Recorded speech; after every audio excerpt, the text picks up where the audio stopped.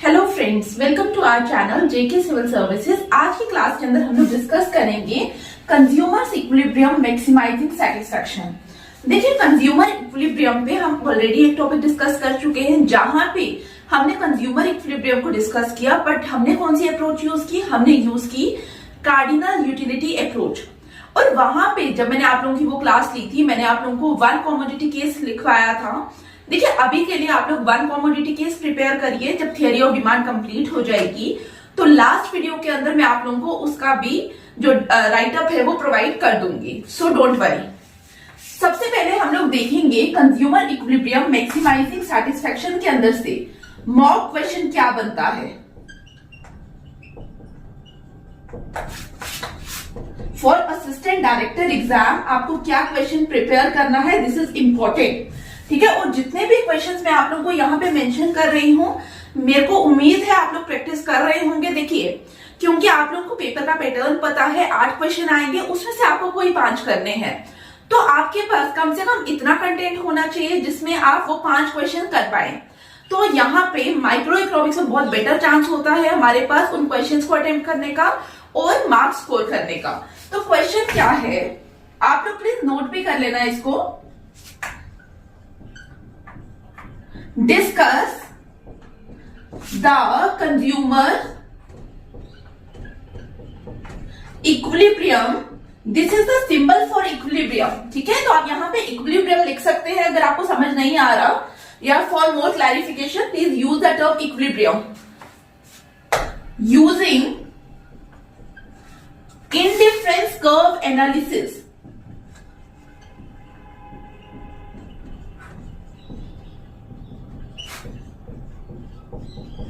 और indifference analysis को हम लोग और क्या कहते हैं? Ordinal utility approach. तो चाहे यहाँ पे इंडिफरेंस कर्व एनालिसिस लिखा हो, चाहे क्या लिखा हो, ऑर्डिनल यूटिलिटी अप्रोच, तो दोनों चीजों का मेंशन सेम है। लेकिन समहाउ आपको यहाँ पे क्वेश्चन आता, डिस्कस द कंज्यूमर्स इक्विलिब्रियम, ध्यान से सुनना, using cardinal utility approach number 1 या law of equi marginal utility. तो वो कौन सा क्वेश्चन बनता? वो हमारा जो हमने कार्डिनल यूटिलिटी की अप्रोच की क्लास की थी, उस पे जो टॉपिक हमने डिस्कस किया वो क्वेश्चन है। और यहाँ पे आप लोग डिस्टिंग्विश कर सकते हो क्वेश्चन में क्या फर्क है। यहाँ पे एग्जामिनर की डिमांड क्या है? एग्जामिनर डिमांड कर रहा है इंडिफरेंस कर्व एनालिसिस, ठीक है, ऑर्डिनल यूटिलिटी पे क्वेश्चन है, ठीक है, rather than that cardinal utility analysis यहाँ पे डायरेक्ट मेंशन है इंडिफरेंस कर्व का। या एग्जाम में आपसे अगर डायरेक्ट क्वेश्चन आता है डिस्कस द कंज्यूमर इक्विलिब्रियम, ठीक है, तो भी ट्राई करना यही वाला क्वेश्चन देना, ठीक है। Law of equi marginal utility आप तभी लिखेंगे जब वहां पे कार्डिनल यूटिलिटी लिखा हो या क्या लिखा हो, law of equi marginal utility. अगर वहां पे नहीं लिखा, वहां पे उन्होंने डायरेक्ट पूछ लिया है आपसे डिस्कस कंज्यूमर्स इक्विलिब्रियम, तो भी आप लोग क्या देंगे? आप यही वाला क्वेश्चन लिखकर आएंगे। इन केस दिमाग में नहीं आ रहा है, then go for that. Clear? आप लोगों ने नोट कर लिया मॉक आंसर्स में क्या हो सकता है। अब टॉपिक की तरफ आते हैं। जिन्होंने नहीं लिखा होगा तो प्लीज 1 मिनट पॉज करके लिख लेना। और एक और चीज, यहाँ पे देखिए आप लोगों को पीडीएफ तो मिल रही है, बट मैं आप लोगों को सजेस्ट करूंगी, देखिए इकोनॉमिक्स के ये टॉपिक सिर्फ समझने में लेंथी है, लिखने में लेंथी नहीं है। तो क्लास में जो मैं डेफिनेशंस लिखवा रही हूँ, जो मैं डायग्राम्स बनवा रही हूँ, टेबल्स बनवा रही हूँ, तो प्लीज अपने साथ पेन नोटबुक लेकर बैठिए। अगर आप लोगों ने कोर्स परचेज किया है तो मेरी रिक्वेस्ट है आपके लिए ज्यादा से ज्यादा बेनिफिशियल होना चाहिए। देखिए, अभी तक हम लोगों ने क्या किया, हमने लास्ट क्लास में इंडिफरेंस कर्व के बारे में पढ़ा। इंडिफरेंस कर्व हम लोग कैसे बनाते थे? हम लोग क्या लिखते थे? एक्स एक्सिस पे हमारे पास एक गुड होता था जिसको हम बोल देते थे गुड एक्स, वाई एक्सिस पे हमारे पास क्या होता था? Good Y. और यहाँ पे एक इंडिफरेंस कर्व आती थी जिसमें हम लोग क्या कहते थे? वो कॉम्बिनेशंस होंगे एक्स और वाई कमोडिटी के, जहां पे कंज्यूमर को क्या होगा? कोई भी चॉइस क्रिएट करने की जरूरत नहीं है। मतलब कंज्यूमर क्या है? कंज्यूमर इनडिफरेंट है। हम लोगों ने वहां पे देखा था, लेट्स से हमारे पास 3 कॉम्बिनेशन थे ए बी सी, जो लास्ट लेक्चर में बात कर रही हूं मैं। लास्ट लेक्चर में हमने देखा हमारे पास अगर 3 कॉम्बिनेशन हो A B C, such that ए अगर हम कंज्यूम करते थे, ए के अंदर हम लोग क्या कंज्यूम करते थे, 1 unit of X commodity plus 15 units of Y commodity, let's say. ठीक है, आप लोग चेंज भी कर सकते हैं, यहां पे आपको याद करने की जरूरत नहीं है। बी पे हम लोग क्या कंज्यूम कर रहे हैं, let's say 2 units of X commodity plus 12 units of Y commodity, clear. और सी हमारे पास एक ऐसा कॉम्बिनेशन है जहां पे हम लोग क्या कर रहे थे, 3 यूनिट्स ऑफ एक्स कॉमोडिटी को कंज्यूम कर रहे थे और साथ में 10 यूनिट्स ऑफ वाई को कंज्यूम कर रहे थे। तो हम लोगों ने कहा हमारे पास 3 ऑप्शन है A B C. A B C किस तरीके के ऑप्शन है कि चाहे हम ए के साथ जाए, चाहे बी के साथ, चाहे सी के साथ, हमें अल्टीमेटली जो लेवल ऑफ सेटिस्फेक्शन है वो क्या मिलने वाला है, दैट विल रिमेन सेम। तो यहां पे हम लोग क्या बोलेंगे, level of satisfaction remains same. जैसे ही मैंने आप लोगों को वहां पे बताया कि level of satisfaction remain same, इसका मतलब हम लोगों ने क्या कहा, इस कर्व के ऊपर जितने भी कॉम्बिनेशन है, सिर्फ ए बी सी नहीं होगा, यहां पे बहुत सारे कॉम्बिनेशन है। ये वो कॉम्बिनेशन है जहां पे कंज्यूमर क्या था, कंज्यूमर इनडिफरेंट था, मतलब उसको कोई फर्क नहीं पड़ता कि वो कॉम्बिनेशन ए के साथ जाए, कॉम्बिनेशन बी के साथ जाए या कॉम्बिनेशन सी के साथ जाए, क्लियर। और साथ में हम लोगों ने क्या देखा था वहां पे, जब हम, ये तो एक इंडिफरेंस कर्व है, इसको मैं मार्क कर देती हूं IC1। इसके अलावा और भी इंडिफरेंस कर्व्स होंगी IC2, IC3। जब हमारे पास बहुत सारी इंडिफरेंस कर्व्स होती हैं, हम उनको क्या कहते हैं, that collection is known as indifference map. क्या कहते हैं आप इसको, इंडिफरेंस मैप। तो कहीं बुक में इंडिफरेंस मैप लिखा हो तो please do not gate confused, ठीक है। तो इंडिफरेंस मैप, तो जब हमने देखा कि IC1 से हम IC2 पे गए, मतलब आप यहां से यहां पे मूव कर गए सम पॉइंट E। अगर आपकी कंजप्शन E पॉइंट पे हो रही है, इसका मतलब क्या है, E पॉइंट पे कंजप्शन होने का मतलब है कि आपकी सेटिस्फेक्शन का लेवल E पॉइंट पे as compare to any of the A, B और C पॉइंट क्या होगा, हाइयर। क्योंकि मैंने आप लोगों को प्रॉपर्टीज ऑफ इंडिफरेंस कर्व में क्या बताया था कि higher indifference curve implies higher level of satisfaction. तो हमने बोला कि जब हम IC1 से IC2 पे गए तो हमारा सेटिस्फेक्शन का लेवल क्या हो गया, सेटिस्फेक्शन का लेवल इंक्रीज कर गया, क्लियर। अब आप लोग मुझे बताइए, जब आप IC2 से IC3 पे जाएंगे, लेवल ऑफ सेटिस्फेक्शन और इंक्रीज करेगा। बट यहां पे क्वेश्चन क्या आता है, जब हम कर्व से IC1 से IC2, IC2 से IC3 पे जा रहे हैं, तो अगर हमारी सेटिस्फेक्शन बढ़ रही है तो इसका मतलब हम लोग क्या कहेंगे, हम जाना चाहेंगे किस पे, हम जाना चाहेंगे हाईएस्ट इंडिफरेंस कर्व में। कौन सी कर्व में आप लोग पहुंचना चाहोगे, हाईएस्ट इंडिफरेंस कर्व में, क्लियर। बट यहां पे एक कॉन्स्टेंट है, आप लोग यहां तक डायग्राम बनाइए पहले।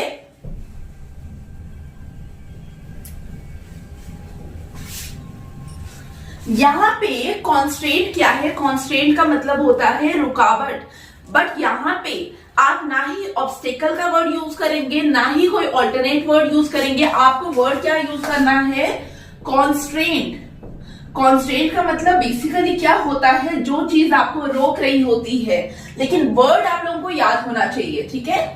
तो यहाँ पे जब भी हम कंज्यूमर की अगर बात करें, जब भी वो चाहेगा कि मैं हाइयर इंडिफरेंस कर्व में आऊं, इसका मतलब वो क्या बोल रहा है कि उसको क्या करना है, he wants to consume more, वो ज्यादा चीज को कंज्यूम करना चाहता है। अब मेरे को आप लोग बताइए, कंज्यूम मोर इसका मतलब अगर वो IC1 पे let's say 3x plus 10y का कॉम्बिनेशन चूज कर रहा था और अब उसको IC1 से IC2 पे शिफ्ट करना है, इसका मतलब उसके कॉम्बिनेशन में या x या y या दोनों कॉमोडिटीज का लेवल क्या होगा, इंक्रीज करेगा। ठीक है, जैसे IC2 पे उसका कॉम्बिनेशन का लेवल क्या हो सकता है, या हो सकता है 4x + 10y और 3x + 12y और 4x + 15y। मतलब अगर मुझे IC1 से IC2 पे शिफ्ट करना है तो यहां पे क्या होगा, या मुझे x की कंजप्शन को बढ़ाना पड़ेगा, या मुझे y की कंजप्शन को बढ़ाना पड़ेगा, या मुझे x और y दोनों की कंजप्शन को बढ़ाना पड़ेगा। जब मैं मार्केट में जाकर उनको किसी शॉपकीपर को बोल रही हूं कि मुझे क्या करना है, लेट्स से मेरा जो x कॉमोडिटी है दैट इज चॉकलेट और y कॉमोडिटी मेरी क्या है, मेरी कोल्ड ड्रिंक है। अगर पहले मैं घर के लिए ले रही थी 3 पैकेट ऑफ चिप्स, ठीक है, चिप्स सॉरी एक्स जो भी था, एक्स लेट से चिप्स, तो मैंने पहले डिमांड किया दुकानदार के पास जाकर कि आप मुझे क्या दीजिए, 3 पैकेट ऑफ चिप्स दे दीजिए और 10 चॉकलेट दे दीजिए। ठीक है, लेकिन जब मैं यहाँ पे आई तो मैंने क्या बोला, मैंने बोला मुझे 4 चिप्स दीजिए और 15 क्या दीजिए, चॉकलेट्स। जब मैंने चिप्स और चॉकलेट्स की डिमांड ज्यादा की, वो मुझे कब चिप्स और चॉकलेट ज्यादा देगा, जब मैं दुकानदार को ज्यादा पेमेंट करूंगी। इसका मतलब यहाँ पे अगर मुझे IC2 पे आना है, मुझे क्या करना पड़ेगा, पेमेंट ज्यादा करनी पड़ेगी। बट आप लोग मुझे बताइए, मेरी पेमेंट किस पे डिपेंड करेगी, मेरी इनकम के ऊपर। मैं कितना कमाती हूँ उसी पे मेरी पेमेंट डिपेंड करेगी। इसका मतलब मेरी पेमेंट किस पे डिपेंड की, मेरी पेमेंट डिपेंड की मेरी इनकम पे। तो अब जब हम बात करेंगे कंज्यूमर इक्विलिब्रियम की, तो यहाँ पे नंबर 1 कॉन्सेप्ट हमारे दिमाग में क्या आना चाहिए, it is the indifference curve, जो अभी हम लोगों ने काफी डिटेल पे देखा। दूसरा क्या है, दूसरा है हमारा बजट लाइन, जहां पे हम किसकी बात करेंगे, इनकम की। क्लियर? तो अब मैं बजट लाइन आप लोगों के साथ क्यों डिस्कस कर रही हूं, बिकॉज मेरी इनकम जितनी होगी उसके अकॉर्डिंग ही मैं क्या कर पाऊंगी, पेमेंट मार्केट के अंदर कर पाऊंगी। क्लियर यहां तक, कोई डाउट?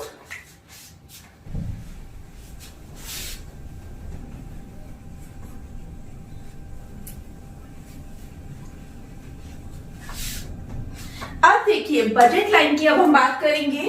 तो यहां पे जैसे हम लोग इंडिफरेंस कर्व बना रहे थे, इंडिफरेंस कर्व बनाते हुए एक्स एक्सिस पे हमारे पास क्या था, एक्स एक्सिस पे हमारे पास था गुड एक्स और वाई एक्सिस पे हमारे पास क्या था, it is the good Y.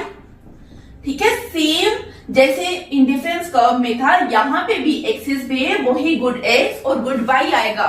अब यहां पे हम लोगों ने क्या किया, दिस इज द लाइन जो हम लोगों ने क्या बोला, it is the budget line. ये मैं आप लोगों को अभी बताती हूं कि मैंने कैसे ड्रॉ किया। मैंने बोला this is what, this is the budget line. ठीक है, अब यहां पे अगर आप लोग ध्यान से देखेंगे तो जब हमने बोला गुड एक्स, तो इसका मतलब good X what, good X, मैं इसको ये बोल सकती हूं quantity of good X. Good X basically क्या बता रहा है, it is the quantity of good X, और गुड वाई हमारा क्या बता रहा है, it is the quantity of good Y. ठीक है, एग्जाम में आप लोगों को ये लिखने की जरूरत नहीं है क्वांटिटी वाला, आप सिंपली गुड एक्स लिख सकते हैं, गुड वाई लिख सकते हैं। मैं आपको ये क्यों बता रही हूं कि अगर जैसे आप लोगों को, कुछ लोगों को कंफ्यूजन हो रहा है, what is good Y, good Y is basically quantity of good Y और गुड एक्स क्या है, क्वांटिटी ऑफ गुड एक्स। अब यहां पे हमने बोला this is the budget line. अब यहां पे देखिए, जब मैंने बोला क्वांटिटी ऑफ गुड एक्स, तो क्या मैं इस पॉइंट को क्यू एक्स लिख सकती हूं और इस पॉइंट को मैं क्या लिख सकती हूं, क्यू वाई। ठीक है, क्यू एक्स। अब देखिए, अब यहां पे ये पॉइंट मैं कैसे कैलकुलेट करूंगी, देखिए अगर मुझे एक्स कॉमोडिटी परचेज करनी है, इसका मतलब मुझे क्या करना पड़ेगा, मुझे कुछ स्पेंडिंग करनी पड़ेगी, मुझे पॉकेट से पैसा खर्चना पड़ेगा। मैं कितना पैसा खर्चूंगी to purchase quantity of X, total quantity है Q X what, Q X is the total quantity of good X. तो मेरे को क्या करना पड़ेगा, अगर मुझे एंटायर क्वांटिटी परचेज करनी है किसकी, गुड एक्स की, इसका मतलब मुझे कुछ एक्सपेंडिचर करना पड़ेगा। और यहाँ पे इस अप्रोच में हम लोग क्या एज्यूम करते हैं कि हमारा जो एक्सपेंडिचर होगा वो किसके बराबर होगा, that is equal to the total income. Please note this point also, my expenditure is what, E, it is equal to total income. Income को हम इस अप्रोच में कैसे डिनोट करते हैं, it is denoted as by M, M is the income. ठीक है, तो आप लोगों को यहाँ पे पता होना चाहिए एजम्पशन क्या है कि यहाँ पे जब हम consumer equilibrium by using indifference curve approach करेंगे तो वहां पे हमारा expenditure is equal to income. और एक और एजम्पशन याद रखना कि price of commodity X and price of commodity Y are given, मतलब these are pre decided. Suppose अगर आप मार्केट में कोई चीज लेने गए, उसके पैकेट के ऊपर प्राइस दिया हुआ है, वो ऑलरेडी फिक्स्ड है, उसी चीज की ये बात कर रहा है। अब मुझे क्या फाइंड करना है, मुझे क्यू एक्स की वैल्यू फाइंड करनी है। तो मैंने क्या लिखा, P X into Q X is equal to M. Y M, because here expenditure is equal to income, that's why मैंने ई की जगह क्या लिखा, एम लिखा। दिस इंप्लाइज मुझे फाइंड क्या करना है, I want to find QX because price of X is already given, fix है, ठीक है, फिक्स प्राइस है, तो मुझे उसको तो फाइंड नहीं करना, मुझे फाइंड क्या करना है, QX। It implies is equal to Q, this implies QX is equal to M, PX को मैंने यहां लेगी डिवाइडेड बाय PX। तो यहां पे QX की वैल्यू क्या आई, QX is equal to M divided bye PX। Clear यहां तक कोई डाउट? अब हम बात करेंगे क्यू वाई की। इसी तरीके से अगर मैं x की जगह क्या कर दूं, y, x की जगह क्या कर दूं, y, ठीक है, तो x की जगह y कर दूं तो मेरे पास क्या आ गया, this point Q Y it is equal to m divided by P Y. Clear हुआ यहां तक सबको? ये वैल्यूज आप लोगों को कैलकुलेट नहीं करनी एग्जाम में, बट अगर आपको भूल जाती है तो आपको पता होना चाहिए ये वैल्यूज किस तरीके से कैलकुलेट की गई हैं। क्लियर यहां तक? अब हम बजट स्पेस और बजट लाइन की बात करेंगे। Budget line, this is what, this is the budget line. अब बजट लाइन होता क्या है बेसिकली, बजट लाइन क्या लाइन है, इसके एक इक्वेशन याद करिए फिर मैं समझाती हूं। बजट लाइन की इक्वेशन प्लीज लिख लेना, P X into Q X plus P Y into Q Y is equal to M. Basically यहां पे अगर आप लोग देखिए, यहां पे हम लोगों ने ये क्या बताया, हमने बोला this is the expenditure done by consumer on Y good, कि अगर कंज्यूमर क्या करता है, एंटायरली वाई गुड लेता है। अगर देखिए, अगर कंज्यूमर इस पॉइंट पे होगा तो यहाँ पे वो क्या ले रहा है, यहाँ पे वो क्या ले रहा है, zero amount of x good ले रहा है और एंटायर अमाउंट किसका ले रहा है, वाई गुड का। तो इस इक्वेशन में हम लोग बता रहे थे कि कंज्यूमर क्या कर रहा है, कंज्यूमर एंटायर अमाउंट ले रहा है वाई गुड का, मतलब वो इस पॉइंट पे है। और जब हम इस पॉइंट पे थे हम लोग क्या बता रहे थे कि कंज्यूमर क्या ले रहा है, एंटायर क्वांटिटी किसकी परचेज कर रहा है, गुड एक्स की कर रहा है। बट इन रियलिटी आप लोग क्या करते हैं, आप लोग एक्स भी परचेज करते हैं और वाई भी परचेज करते हैं, मतलब आप कॉम्बिनेशन पे करते हैं। इसका मतलब यहाँ पे हम लोग बेसिकली क्या बता रहे हैं, आउट ऑफ टोटल इनकम हम कुछ एक्सपेंडिचर किस पे कर रहे हैं, एक्स कॉमोडिटी पे, और कुछ एक्सपेंडिचर किस पे कर रहे हैं, वाई कॉमोडिटी पे। क्लियर? और यहां पे मैं आप लोगों को एक और चीज बता दूं, कई बार कुछ बुक्स में आप लोग ये देखेंगे equation, P X into X plus P Y into Y is equal to M. This is also right. यहां पे फर्क क्या है, जब मैं आप लोगों के साथ ये लिख रही हूं, मैं यहां पे बोल रही हूं I am writing quantity of good X as Q X, but यहां पे बुक्स पे क्या लिखा जा रहा है, गुड एक्स की क्वांटिटी को वो कैसे डिनोट कर रहे हैं, they represent good X quantity of good X as X. Likewise quantity of good Y की अगर बात की जाए, वो कैसे लिख रहे हैं, क्यू वाई, और सॉरी हम कैसे लिख रहे हैं, क्यू वाई, और बुक्स में कैसे लिखा जा रहा है, एज वाई। तो आप लोगों को पता चला यहां पे जब हम बजट लाइन की बात करते हैं, यहां पे जो इक्वेशन है that is P X Q X plus P Y Q Y is equal to M. Clear? या आप लोग कैसे लिख सकते हैं इसको, P X X plus P Y Y is equal to M. दोनों इक्वेशन गलत नहीं है, मैंने आप लोगों को बता दिया, सिर्फ नोटेशन का फर्क है, ठीक है। अब बजट लाइन से आप लोग क्या समझे, बजट लाइन ने हमें क्या बताया कि इस लाइन के ऊपर हम लोग क्या कर रहे हैं, वी आर स्पेंडिंग मनी।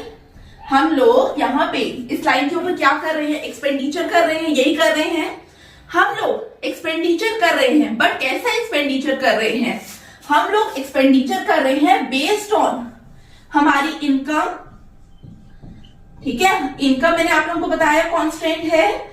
और दूसरा, हम लोग जब भी स्पेंडिंग करते हैं, हम मार्केट में जाकर क्या देखते हैं, हम लोग हमेशा प्राइस टैग्स को देखते हैं। तो एक हम लोगों ने इनकम देखा और दूसरा प्राइसेस देखे। तो बजट लाइन क्या बोलती है, बजट लाइन हमें वो कॉम्बिनेशन बताती है गुड एक्स और गुड वाई के, जो हम लोग क्या कर सकते हैं, जो हम लोग एफोर्ड कर सकते हैं, खरीद सकते हैं, ठीक है। Given the income at the prices of the commodities. समझ आया? अब यहां पे एक और चीज है,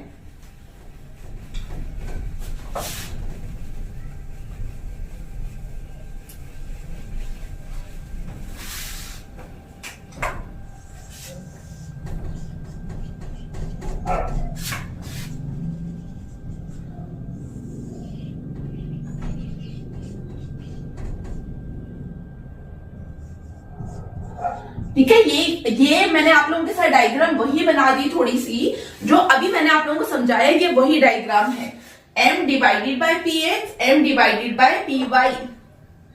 अगर आप लोगों से मैं पूछूं m divided by P Y क्या है, ये टोटल क्वांटिटी है वाई गुड की जो हम परचेज कर सकते हैं अपनी टोटल इनकम के साथ, ठीक है। यहां पे जब मैं this quantity of Y good purchase कर रही हूं, इसका मतलब मैं एक्स कॉमोडिटी की कोई भी क्वांटिटी नहीं प्रोड्यूस करी, बिकॉज यहां पे क्या है, यहां पे एक्स एक्सिस पे क्या आएगा, 0, और वाई एक्सिस का एंटायर कॉमोडिटी है। क्लियर? और जब हम इस पॉइंट पे बात कर रहे हैं, तो यहां पे हम लोग क्या कह रहे हैं, this is the entire quantity of the x good, और यहां पे हम वाई कॉमोडिटी क्या कर रहे हैं, कुछ भी परचेज नहीं कर रहे। क्लियर? और मैंने आप लोगों को बताया कंज्यूमर इस लाइन के ऊपर परचेज करता है। इस लाइन की इक्वेशन हम लोगों ने क्या लिखी, P X Q X plus P Y Q Y is equal to M. M stands for your income. लेकिन अगर आप लोगों के दिमाग में आ रहा है कि क्या हम हमेशा अपनी सारी इनकम स्पेंड नहीं करते, हम इनकम से कुछ कम पार्ट स्पेंड करते हैं, इसका मतलब कुछ ऐसे कॉम्बिनेशंस भी होंगे जो हम क्या करेंगे, जो हम खरीदेंगे बट इनकम से कम अमाउंट पे खरीदेंगे, लेस देन एम पे। तो वो कॉम्बिनेशंस आपको कहां पे दिख रहे हैं, यहां पे इस लाइन, ये जो ट्राइंगल के अंदर का एरिया है ये वाला, यहां पे मुझे कौन से कॉम्बिनेशन दिख रहे हैं, यहां पे मुझे दिख रहे हैं P X Q X plus P Y Q Y less than M. ये चीज आपको लिखनी नहीं है, लेकिन मैं बता रही हूं, अगर आप लोगों के दिमाग में आ रहा है तो याद रखना, यहां पे हमने कौन से कॉम्बिनेशन लिए, जहां पे हम सारी इनकम स्पेंड नहीं कर रहे। और इस पूरी लाइन को मिलाकर इस पूरे एरिया को हम क्या कहते हैं, this area is known as budget space. मतलब बजट स्पेस में ये वाली लाइन भी आ रही है और ये वाली इक्वेशन भी आ रही है, ठीक है। तो बजट स्पेस की इक्वेशन पता है क्या बनती है, this is the equation of the budget space. Clear? Budget line समझ आया? अब बजट लाइन का हम लोग पढ़ेंगे slope of the budget line.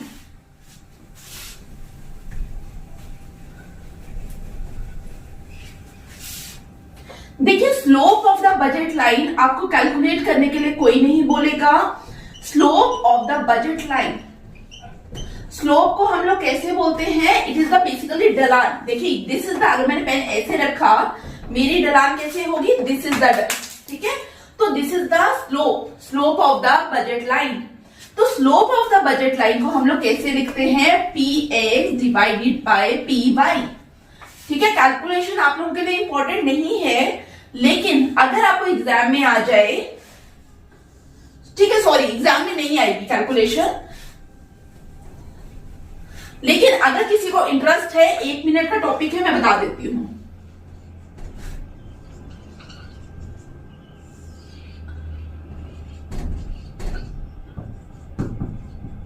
मुझे क्या करना है? मुझे स्लोप ऑफ दिस लाइन निकालनी है, स्लोप ऑफ दिस लाइन, ठीक है। स्लोप ऑफ बजट लाइन क्या होगी? Budget line is equal to perpendicular divided by base. इसका मतलब good y divided by good x। Good y क्या है? m divided by py whole divided by m divided by px. mm cancel, this turns to be equal to px divided by py। तो ये slope of the budget line है, ठीक है। चाहे आप economics के स्टूडेंट्स है, स्टैट्स के स्टूडेंट्स है, आप लोगों को काम कहीं ना कहीं आ जाएगी। अब हमें slope of the budget line पता चल गया, और मैंने आपको लास्ट क्लास में जो इंडिफरेंस कर्व की क्लास थी, वहां पे मैंने आप लोगों को क्या बताया था? Marginal rate of substitution. Marginal rate of substitution में मैंने आप लोगों को फॉर्मूला क्या लिखवाया था? Delta Y divided by delta X. और याद कर, वहां पे एक चीज ऐड कर लेना, मार्जिनल रेट ऑफ सब्स्टिट्यूशन क्या है? It is the slope of the indifference curve. क्या है ये? Slope of the indifference curve. ठीक है, बेसिक्स क्लियर हुए। अब हम अपने टॉपिक पे पढ़ेंगे, that is the consumers equilibrium and maximising satisfaction. देखिए ये वाली जो डेफिनेशन है, ये मैंने आप लोगों के साथ वहां पे शेयर की हुई है, कार्डिनल यूटिलिटी की क्लास में सेम डेफिनेशन है, ठीक है। तो सेम डेफिनेशन है, एक डेफिनेशन याद करने के लिए बच गई, ठीक है। So please read it. A consumer is said to be in equilibrium when he is buying such a combination of goods as leaves him with no tendency to rearrange his purchases of goods. इसका मतलब यहाँ पे consumer का भी equilibrium में है, जब वो कॉम्बिनेशन ऑफ गुड्स परचेज कर लेगा जिसके बाद उसको शिफ्ट करने की जरूरत नहीं है। लेट्स से अगर उसने क्या किया, उसने 1 यूनिट ऑफ एक्स परचेज किया और 10 यूनिट्स ऑफ वाई परचेज किए, और वो बोल रहा है कि आई एम, कंज्यूमर बोल रहा है कि मैं इक्विलिब्रियम में हूं with this combination of good X and good Y. इसका कहने का मतलब क्या है? यहां पे वो बोल रहा है कि इसके बाद वो ना ही 2x प्लस 9y पे शिफ्ट करेगा, ना ही वो क्या करेगा 1x प्लस 11y पे शिफ्ट करेगा। इसका मतलब जहां पे अगर उसको लगता है वो इक्विलिब्रियम पे है, उसके बाद वो अपना जो कॉम्बिनेशन है, जो उसने प्रेफरेंस ऑप्ट की है, उसको वो चेंज नहीं करेगा। अब हम लोग ये चीज देखते कैसे हैं, देखिए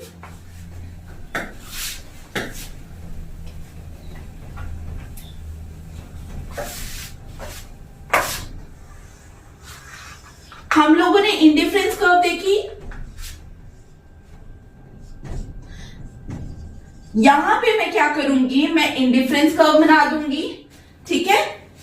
फिर मैं क्या करूंगी, मैं बजट लाइन को भी ड्रॉ कर दूंगी, और बजट लाइन का दूसरा नाम क्या है? प्राइस लाइन, ठीक है। Budget line is also known as price line.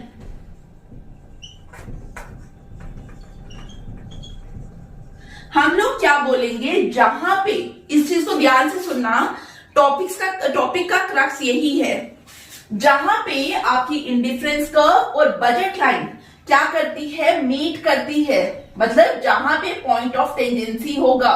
Tangent क्या होता है? जहां पे लाइन एक ही पॉइंट पे कर्व को टच करती है, that point is known as the point of tangency. तो हम लोग यहाँ क्या बोलेंगे, जहां पे पॉइंट ऑफ टेंजेंसी होगा, ठीक है। टेंजेंसी आप लोग वर्ड यूज कर सकते हो, क्योंकि चाहे आप किसी भी ब्रांच से हो, थोड़ा बहुत आप लोगों को इन चीजों का आइडिया होगा। तो टेंजेंट होता क्या है, जहां पे लाइन एक पॉइंट पे टच करती है कर्व को। अगर यहाँ पे लाइन क्या होती, ये इंटरसेक्ट कर देती, ठीक है, कट करके जाती, तो हम इसको टेंजेंट नहीं कहते। हमने टेंजेंट कब बोला, जब पॉइंट ने क्या, लाइन ने क्या किया, सिर्फ टच करके निकल गई, ठीक है, इंटरसेक्ट नहीं की, ठीक है।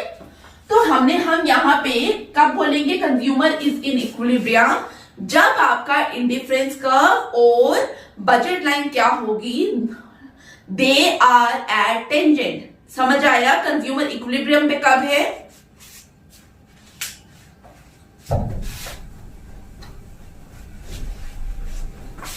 ठीक है, तो हम लोग क्या बोलेंगे, consumer is in equilibrium at the point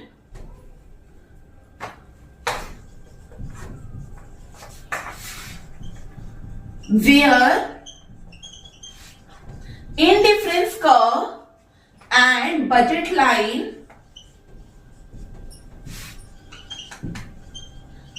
are tangent। ठीक है, मैं आप लोगों को इसकी डेफिनेशन पीडीएफ में दे दूंगी। अभी हम लोग सिर्फ लेमन लैंग्वेज में पढ़ रहे हैं चीजों को, ठीक है। यहाँ पे आप लोगों को समझ आया कि व्हाट इज कंज्यूमर इक्विलिब्रियम।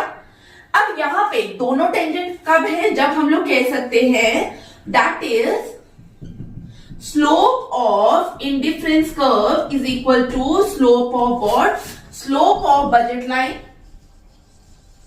मैंने आपको क्या बताया, स्लोप ऑफ इंडिफरेंस कर्व क्या है, it is equal to marginal rate of substitution of x for y. It is equal to slope of budget line. Budget line का slope क्या है, price of x divided by price of y.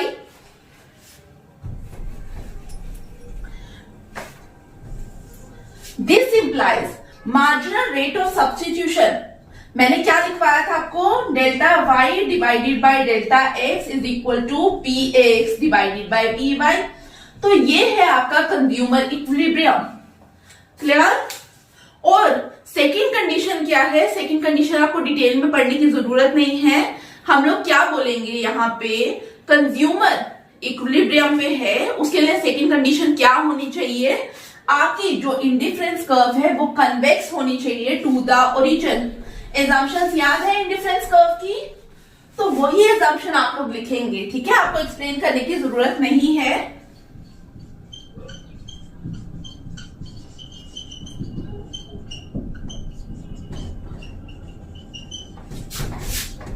must be convex to the origin। अब आप ये चीज मैं आप लोगों को समझा देती हूं कि क्या है इसका मतलब।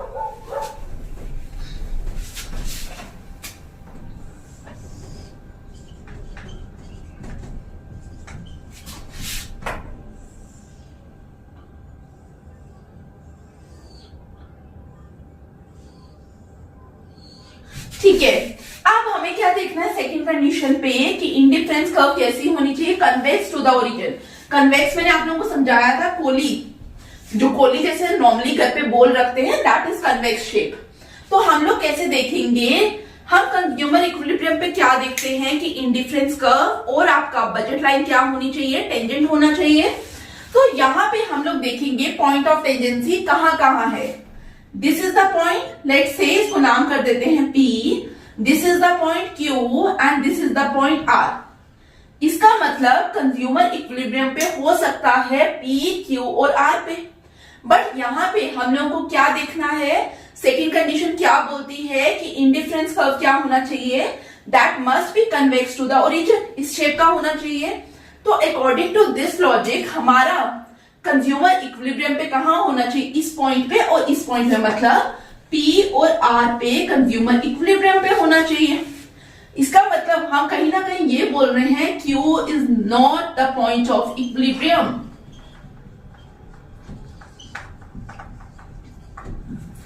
अब इसको हम लोग समझ भी सकते हैं। अगर हम पी क्यू आर को देखें, P Q R budget line पे है, ठीक है, क्लियर। लेकिन पी और आर कहां पे है? आईसी 2 पे। पी और आर कहां पे है? आईसी 2 पे। लेकिन क्यू कहां पे है? आईसी 1 पे। इसका मतलब जो आपका पॉइंट क्यू है वो कहां पे है? It is at lower in difference curve. और हमारे पॉइंट्स जो पी और आर कहां पे है? हायर इन डिफरेंस कर्व में। जब हमने देखा कि सेम बजट लाइन पे हम वहां पे वो कॉम्बिनेशंस परचेज कर सकते हैं जो हमें क्या देंगे, जो हमें ज्यादा सेटिस्फेक्शन देंगे, because P and R lies on the higher indifference curve. इसका मतलब कंज्यूमर क्या प्रेफर करेगा? P and R rather than Q. Clear? तो यही सेकेंड पॉइंट बोल रहा है। तो यहीं पे हम अपना टॉपिक खत्म करते हैं। आई होप आप लोगों को टॉपिक समझ आया हो। आपको आज के टॉपिक में सिर्फ यही समझना है कि जहां पे इंडिफरेंस कर्व और बजट लाइन क्या होगा? टेंजेंट होंगे।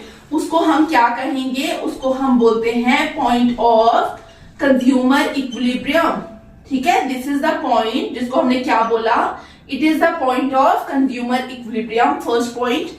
नंबर 2, कंज्यूमर इक्विलिब्रियम के लिए हमारे पास क्या होना चाहिए? जो हमारी इंडिफरेंस कर्व है that must be convex to the origin. Clear? तो यही 2 पॉइंट्स थे आज की क्लास में। जो भी हमने इंडिफरेंस कर्व का पढ़ा वो हमारा ऑलरेडी लास्ट लेक्चर पे है।